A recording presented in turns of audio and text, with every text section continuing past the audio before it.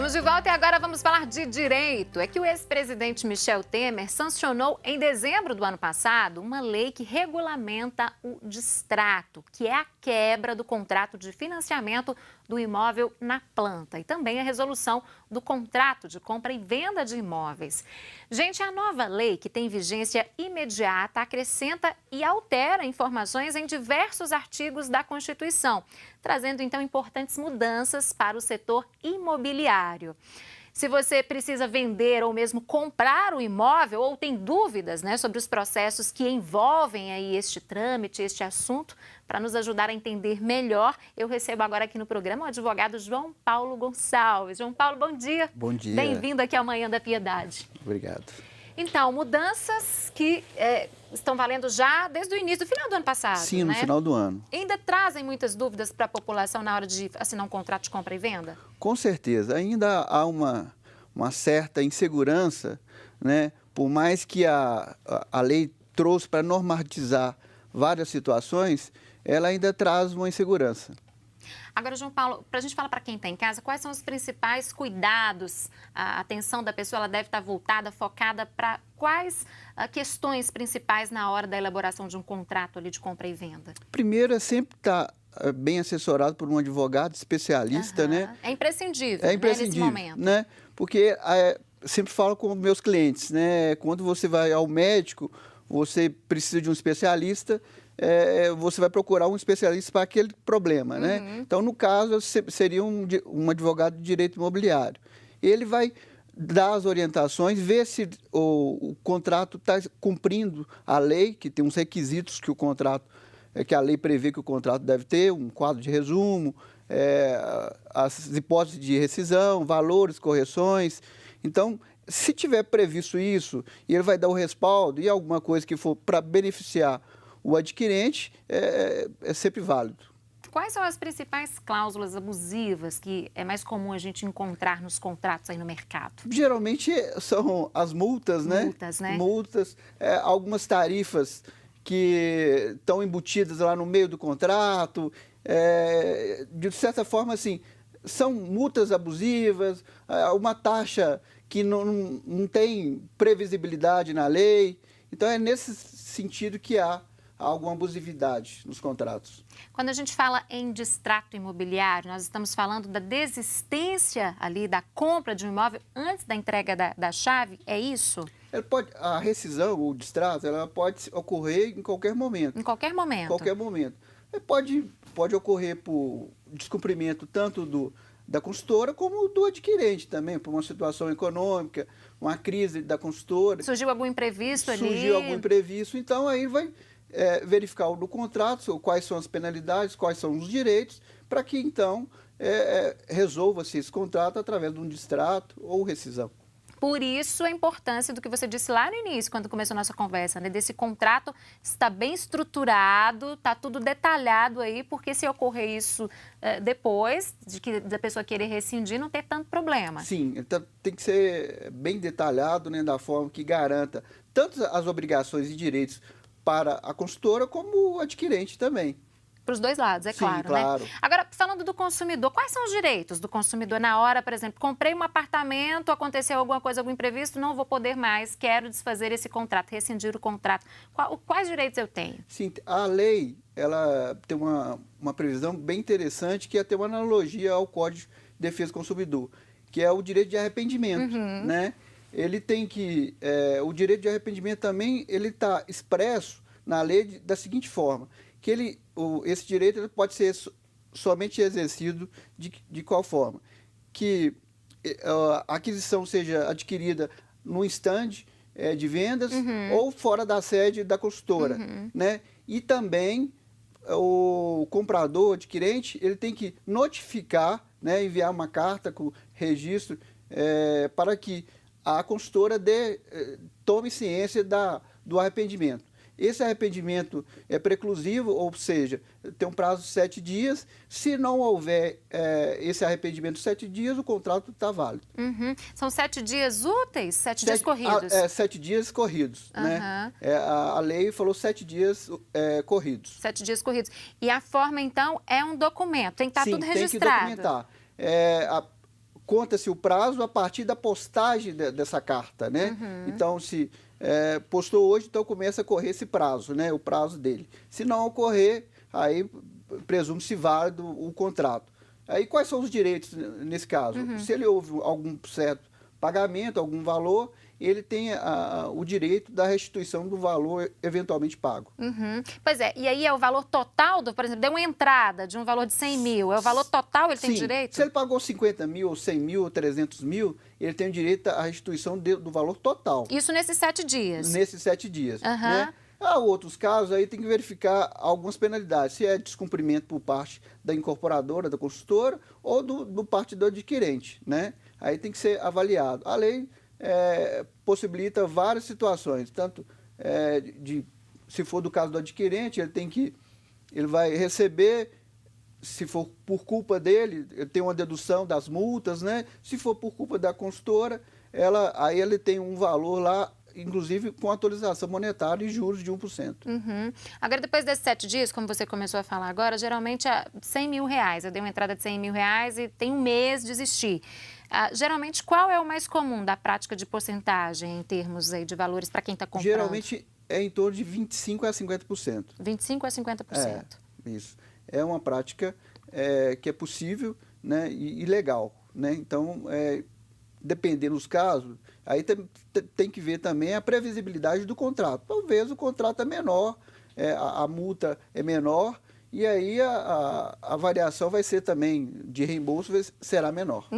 Nos casos que a pessoa financia direto, pega um imóvel na planta, compra um imóvel na planta, paga para a construtora durante o tempo de construção e depois vai tentar um financiamento no banco. E às vezes a pessoa não fez nenhum tipo de planejamento, não consegue esse financiamento no banco. Como que fica para esse consumidor? Tem várias formas. O primeiro é pedir a rescisão. Segundo, a lei trouxe uma vantagem também, que é o seguinte: ele transferir esse contrato para outra pessoa. Ele é transferível. Então. Ele pode fazer uma cessão desde que a consultora anule nesse contrato, né, que concorde, e que essa pessoa, esse terceiro, ele tem capacidade financeira, né? Então ela pode subrrogar esse crédito, esse terceiro, né? E aí ele vai assumir o contrato, né? E não vai haver penalidade nenhuma para quem está devolvendo ou rescindindo o contrato. Agora, no caso da construtora, da incorporadora, se negar a atender, a aceitar esse pedido da pessoa que estava comprando o imóvel, né, e não quer mais, desistiu por algum motivo, o que deve ser feito? Aí ingressar com uma ação judicial para pedir, né, as multas, né, e a rescisão do contrato. Com a lei, trouxe uma normatização das formas que tem que rescindir o contrato. O que acontecia muito? Então, havia vários julgados e com diversos entendimentos. Então, no mesmo caso, ou casos análogos, teria diversas decisões diferentes, né? Então, com a lei, normatizou e tem um roteiro, né? Claro que a justiça não é exata, né? Então pode ter entendimentos diversos. Mas há um roteiro, há uma normatização, há um caminho a se seguir através da lei. E esse novo caminho agora, essa nova lei, a gente pode falar que ela trouxe mais benefícios para o consumidor, para a pessoa que quer comprar o imóvel? Sim, com certeza. Conforme eu havia dito, primeiro normatizou várias situações. Regulamentou, né? Sim. Trouxe o direito do arrependimento, que não havia. Não tinha isso antes. Não havia, né? Trouxe também a hipótese do caso de atraso da entrega do apartamento, a incorporadora ser multada, né, com juros de 1%, mais correção monetária. Isso é uma situação bem comum, né? Muito comum. Muitas pessoas, às vezes, desistiam de comprar o imóvel na planta por causa desses atrasos. Sim. A lei também regulamentou a questão do atraso. Existe uma previsibilidade de entrega e mais 180 dias. Essa multa é só aplicada se houver no contrato a previsibilidade de entrega, mais a previsibilidade dos 180 dias. Se isso transcorrer esse prazo, aí aplica-se a multa, que é um direito aí para o consumidor. A gente pode falar, então, que esse é um dos pontos mais favoráveis para o consumidor, né? Muito favorável, porque havia uma morosidade muito grande e o consumidor ficava à mercê de toda a situação. Queria morar, às vezes não queria rescindir o contrato e ficava aquela situação de empurra, né? O consumidor tem mais liberdade agora. Sim, então, e né? mais direito, claro. Mais direito, claro, sempre tendo ali um acompanhamento, uma assistência de um advogado, né? Agora, a gente falou, queria que você explicasse um pouco melhor, caso haja atrasos nas obras aí do apartamento, enfim, que as pessoas compraram e elas estão contando com aquilo, às vezes a pessoa mora de aluguel e, né, já fez um planejamento para pagar aluguel até aquela data, chegou naquele momento lá, o imóvel não foi entregue. A construtora, a incorporadora, de certa forma, também é responsável até mesmo por esse valor desse aluguel que essa pessoa paga a partir daquele momento? Sim, depende muito, né? Porque depende da construção desse contrato. Uhum. Se há previsibilidade legal, no caso de atraso, e previsibilidade para um pagamento de um aluguel, aí, se a consultora não pagar, ela pode acionar o judiciário nesse sentido. Muitos casos, hoje, estão resolvendo através das multas, né? Uhum. Porque as penalidades, no sentido, não atrasou, e com essa penalidade, ele pode pegar o valor e pagar o aluguel, né? Então, há uma situação que beneficia o consumidor, mas também, se o contrato permitir essas situações, melhor ainda para o consumidor. Tem que prever todas as possibilidades Sim, na hora da elaboração sim. desse contrato, né? Queria que você falasse um pouco dessa taxa, conhecida como SAT, não é isso? Isso. Que taxa é essa? É um serviço de assessoria imobiliário. É pouco usual ainda, né? Mas algumas consultoras insistem em cobrar essa taxa. Ainda cobram, então? É uma taxa, geralmente é de 0,88% a 1% do valor, né? Então, um imóvel de 200 mil a 1% seria R$2.000. Segundo a desculpa, né? O argumento, né, que eles dão é porque são medidas, valores para compensar os investimentos com contratação de advogados para elaborar o contrato, algo assim, né? Isso não é legal, né? Não é legal, né? Uhum. E aí, o entendimento já da jurisprudência, que você tem até um prazo para, se caso você descobrir ou não tinha ciência, né? Você tem um prazo de 3 anos, né? Depois da assinatura do contrato para cobrar isso judicialmente. Né? 3 anos, então. 3 anos. O entendimento jurisprudencial já é consolidado pelo STJ. E aí as pessoas conseguem reaver, talvez, algum valor que já foi pago? Sim, essa taxa ela é abusiva, né, ilegal, e aí ela vai reaver e possivelmente vai reaver em dobro, né? Uhum. Agora, eu queria que você falasse para as pessoas que estão em casa, qual a dica, não sei se é uma dica, eu acredito que sim, né, de comportamento, de avaliação nesse processo das pessoas que estão em fase de comprar um imóvel, para evitar ter problemas depois de multas, né, de ter que devolver o imóvel, de desistência também. O que é essencial nesse momento de análise? Sim, analisar a consultora, a situação financeira da consultora é muito importante. Como que ela está, há quantos anos que ela está no mercado, quais os tipos de empreendimentos que ela já realizou, né? Ter um cuidado muito grande, e aí uma assessoria de um advogado especialista na área, para que ele resguarde o máximo na hora de celebrar o contrato. E tomar sempre opiniões, verificar outras situações, tentar negociar também, às vezes, um valor. Uhum. Então, assim, negociar de fato o contrato e ter esses respaldos de um profissional especializado. Visitar algum empreendimento também que já foi concluído por aquela sim. construtora é importante para ver a qualidade? Muito importante, o acabamento da empresa, constar no contrato que tipo de acabamento que vai ser colocado. Então, são regramentos que você pode colocar, que é um direito, e não é abusividade de um direito, colocar, olha, vai ser dessa cor, o piso é dessa forma. Então, assim, tentar estabelecer um código, né, que seria o contrato entre as partes, né? Que, olha, tem que ser assim, dessa forma. Se há um descumprimento, isso implicará em penalidades, e se não houver o pagamento espontâneo extrajudicial, aí via judicial. Até marca de canos, rejuntos que é usada, até isso Sim, sempre pedir também importante, né?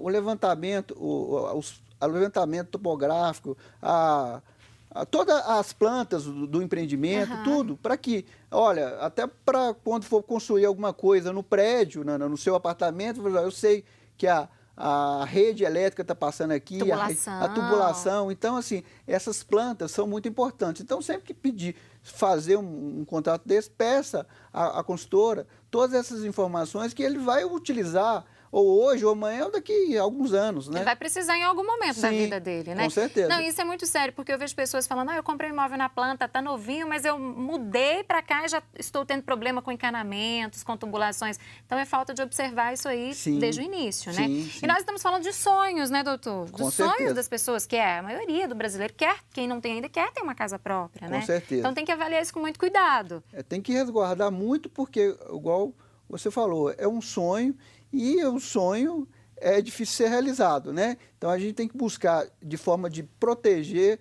de blindar, no bom sentido da palavra, para que não frustre futuramente. Agora, o senhor falou que é dessa nova legislação que é uma boa notícia para o consumidor de uma forma geral, para quem quer comprar, né, um imóvel, das garantias que ele tem, né? E para o mercado imobiliário, como que esse mercado imobiliário recebeu aí essa nova legislação?